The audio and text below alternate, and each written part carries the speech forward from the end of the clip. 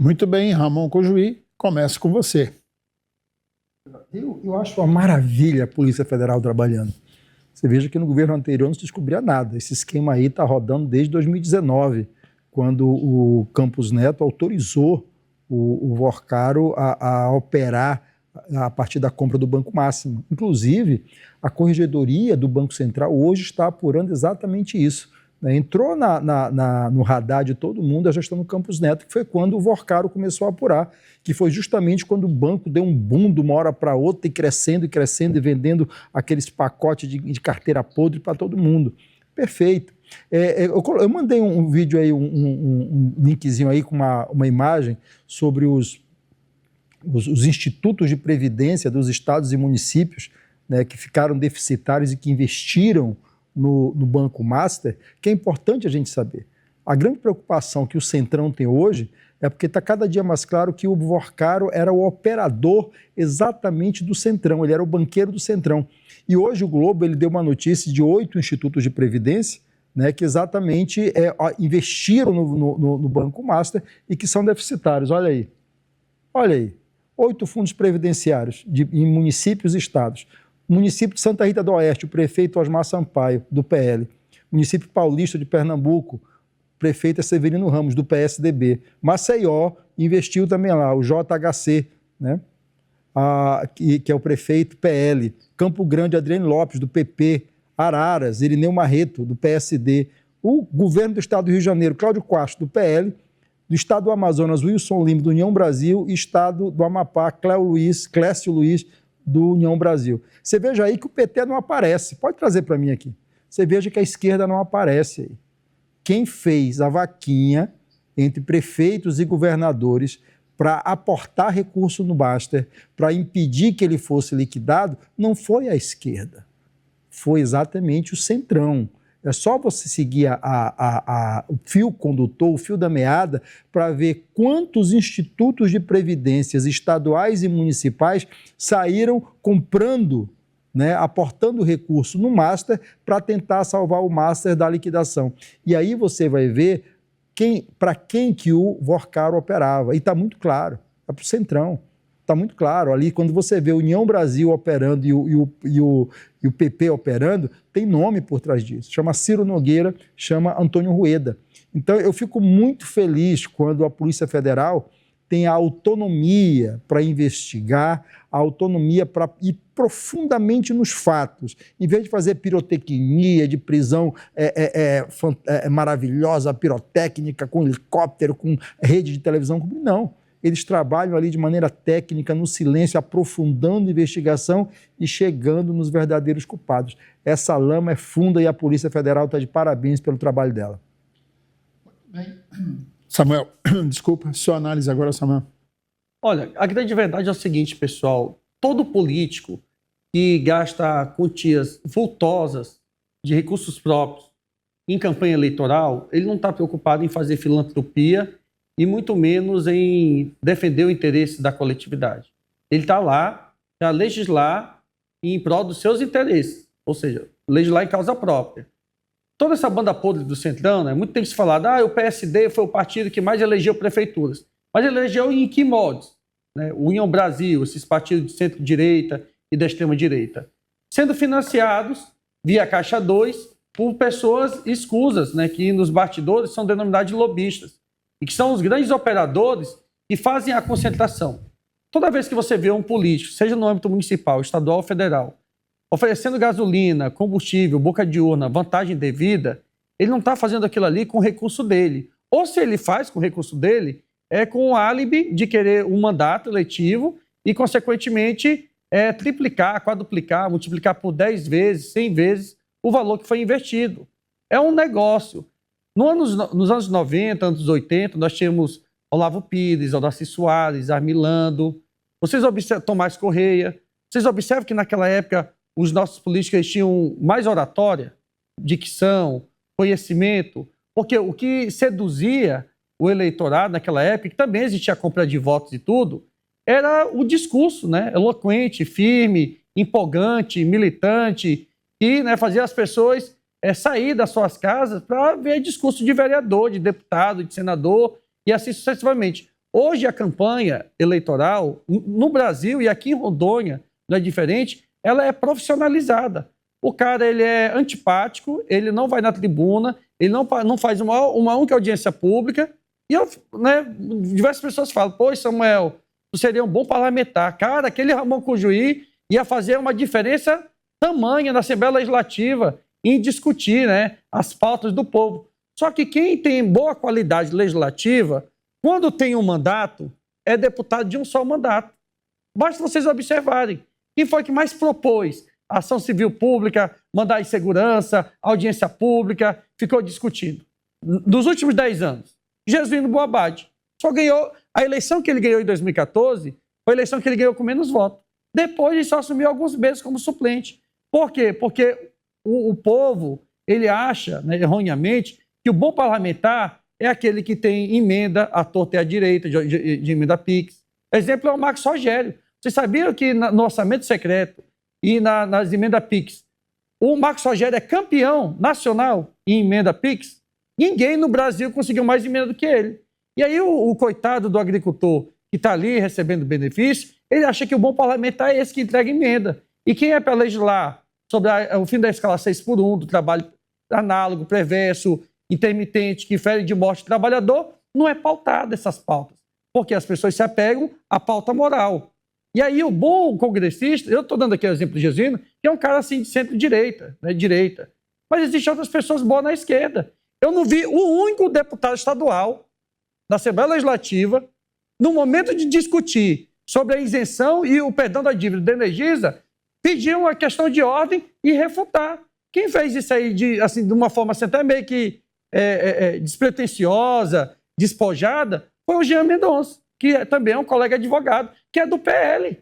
A Cláudia de Jesus, que é a nossa única representante do campo progressista, se ausentou. Poxa, vai ter uma matéria sobre... Então, nessa situação nacional, pessoal, regional, é que a gente tem que fazer um exercício de reflexão. Essa situação aí da Polícia Federal quebrar a criptografia e acessar o celular do vacado, vai pegar a gente da esquerda, numa escala maior ou menor, aquele camarada lá, que é senador, Cícero, do PDT, o Weverton Rocha, está envolvido até o gargalo com esse cara. Como é que o cara ganha um salário de 40 mil reais e tem uma fazenda de 50 milhões com 5 mil cabeças de gado?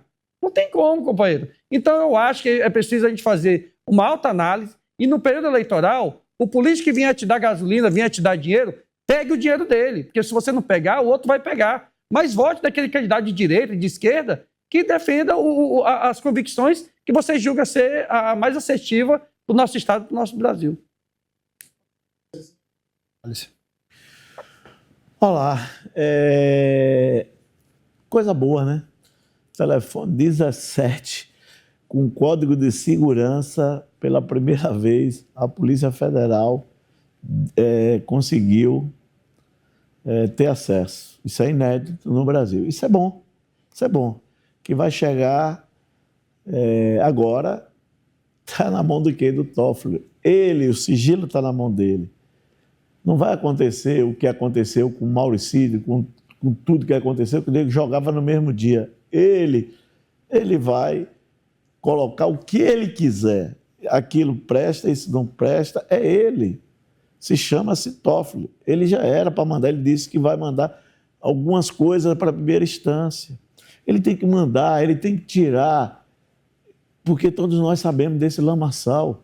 Esse lamaçal do Banco Mate já chegou no terceiro andar, já chegou na República, já chegou no Palácio do Governo, já chegou no Congresso, já chegou no STF. A gente sabe, e esse telefone, a gente quer saber, tem que ir para a primeira instância, porque a gente tem uma Polícia Federal que essa nos representa. Agora, aquela que está a serviço do governo federal, que está a serviço do STF, existem duas Polícias Federais e é preciso ter coragem. Eu tenho de falar isso aí, porque ninguém vai me calar. Então, é esse nosso medo. Por que Toffoli tem que estar com esse... Esse precisa enfrentar, Samuel. Tem que ter a coragem de enfrentar esse lamaçal na qual essa esquerda que você está faz parte desse lamaçal do Banco Master, que recebeu 4 vezes o vocário, 4 vezes em agenda secreta, que até agora, que teve 4 reuniões Ele só teve o dizer, não, que o Vocário falou, olha, que estava sendo perseguido pela Faria Lima, e que ele disse, não, você vai ter um processo transparente. O Guido Mantega, que fez a agenda, recebia R$1 milhão por mês. Isso é um lamaçal, isso é uma vergonha. Isso é o governo da esquerda. É o governo que a gente está vendo. Que está vendo aí. Está envolvido, está no lamaçal do Banco Master. Lulinha, Paz e Amor. Está todo mundo aí, ó. A gente precisa saber. Tem um senador que esse nos representa, que é Alessandro Vieira, que quer colocar na CPI da organização criminosa. Isso é uma organização criminosa. Esse governo que está aí, está tudo misturado. A gente precisa saber essas conversas. Toffoli precisa, o ministro Toffoli precisa entregar para a primeira instância. Ele não tem que estar com esse inquérito sigiloso. Diz que vai compartilhar os dados com a CPMI do INSS. Vai compartilhar o que ele quer. Eu quero ver agora com a quebra do sigilo. A gente precisa. O Alexandre de Moraes não fazia, mandava para todo mundo. Esses dias, aquilo que interessava, ele não tirou o sigilo. Tem o sigilo do telefone do Vocário para a gente ver quem são, para ver tudo. A gente precisa disso, dessa transparência. Coisa que esse governo de esquerda não tem transparência. É o governo envolvido nas maiores corrupções do Brasil, governo de esquerda. Tudo que teve de roubalheira, de safadeza, foi no governo Lula, no governo Dilma. É o que a gente vê. A pretalhada está aí de novo. Vamos lá, o seu contraponto, Ramon. E esse é o governo de esquerda, exatamente. Esse é o governo de esquerda. Pegou todos os ladrões que começaram a roubar lá no governo Bolsonaro e no governo Temer. Os ladrões do INSS começaram a roubar lá. Onde é que eles foram pegos? Quem investigou? CGU, Polícia Federal, foi lá, investigou, prendeu, colocou esses ladrões de velhinho tudo em cana e o governo bancou a devolução do que foi roubado dos velhinhos. Roubo do Banco Master. Começou a roubar quando? 2019, quando o Campos Neto autorizou o Vocário a atuar no Banco Master, tomar o Banco Máxima. Roubou 4 anos do governo Bolsonaro. Onde é que ele caiu? Quando o Galípolo, indicado pelo presidente Lula, assumiu a presidência do Banco Central. E a Faria Lima, lavando dinheiro para o PCC, sempre lavou ali. Onde é que se descobriu? Agora no governo de esquerda. Porque nesse governo, a Polícia Federal tem autonomia para investigar. Não fica pedra sobre pedra. Você não tem um presidente que diz, eu não vou deixar a investigação chegar no meu filho, não vou deixar ir na minha família, porque eu troco delegado, eu troco superintendente, eu troco ministro. Lembra que o Moro saiu porque o outro presidente não deixava investigar nada? Por isso que a gente não sabia da roubalheira que tinha no governo Bolsonaro, porque não tinha investigação. No governo de esquerda, com investigação, investiga todo mundo que estava roubando desde 2019 e até antes, no caso do INSS. Um bando de ladrão sem vergonha. Tem que ter governo de esquerda para colocar essa canalha que rouba o país em cana. Muito bem, o seu contraponto agora, Samuel. Por favor, fique à vontade. Olha, acho que aconteça o que acontecer. Os órgãos de controle e fiscalização devam ter autonomia administrativa, financeira e independência para poder investigar. Hoje nós temos uma polícia judiciária no âmbito federal, que é uma polícia de Estado e não de governo. O ex-ministro da Justiça e Segurança Pública, hoje, senador pelo Estado do Paraná, o Sérgio Moro, saiu atirando em 2021 para 2022. E disse em alto e bom tom, diversas vezes, em várias emissoras, que o Bolsonaro tentava proteger seus filhos e aliados, fazendo ingerência dentro do ministério a qual era chefiado por ele. E aí, por incrível que pareça, algumas pessoas, simpáticas ao Bolsonaro, fingem que isso nunca aconteceu. Eu acredito o seguinte, se o Lewandowski ou o Lula se reuniram com o Vocário e foi no ímpeto de querer proteger, obstruir, algo desse sentido, e o Lula já veio a público e disse que ele falou que ninguém iria perseguir, ia ser feita uma investigação, até comunicou ao presidente do Banco Central, à Polícia Federal, à Procuradoria-Geral da República, e eles adotaram as medidas que a técnica jurídica e a nossa legislação brasileira permite.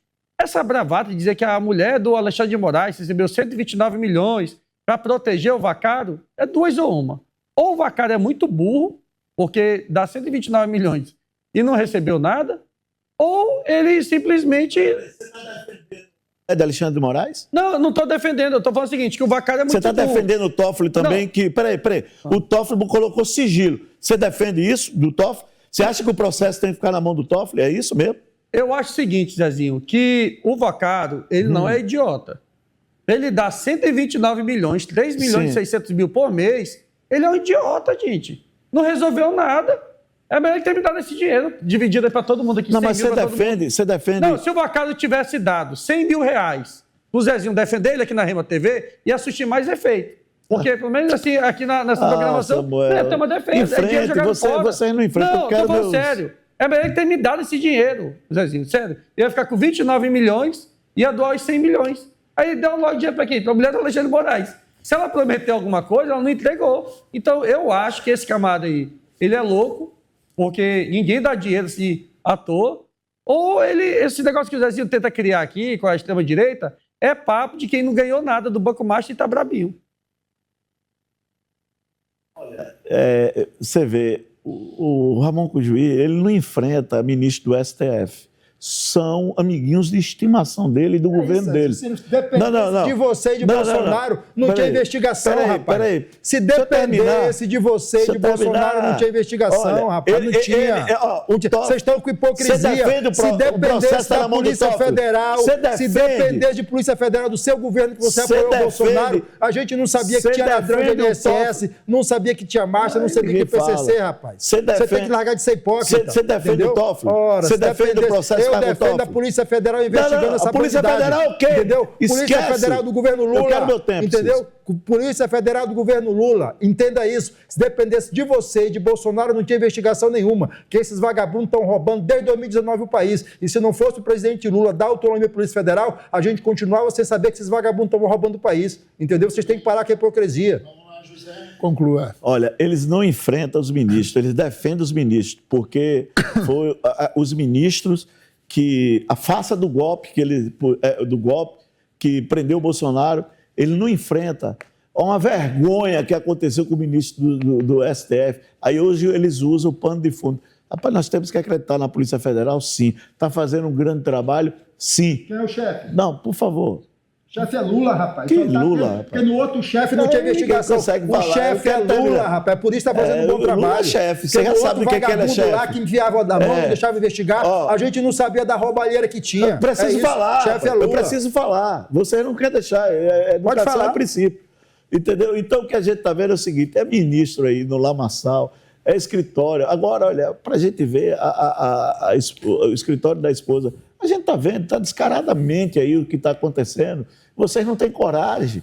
Aliás, vocês passam pano. Vocês são passadores de pano. Vocês não têm coragem de enfrentar esse lamaçal. Vocês eram para criticar, ter vergonha e criticar isso que está acontecendo no país. O que aconteceu. Olha, Galípolo é o seguinte, gente. Participou, Lula chamou para reunião.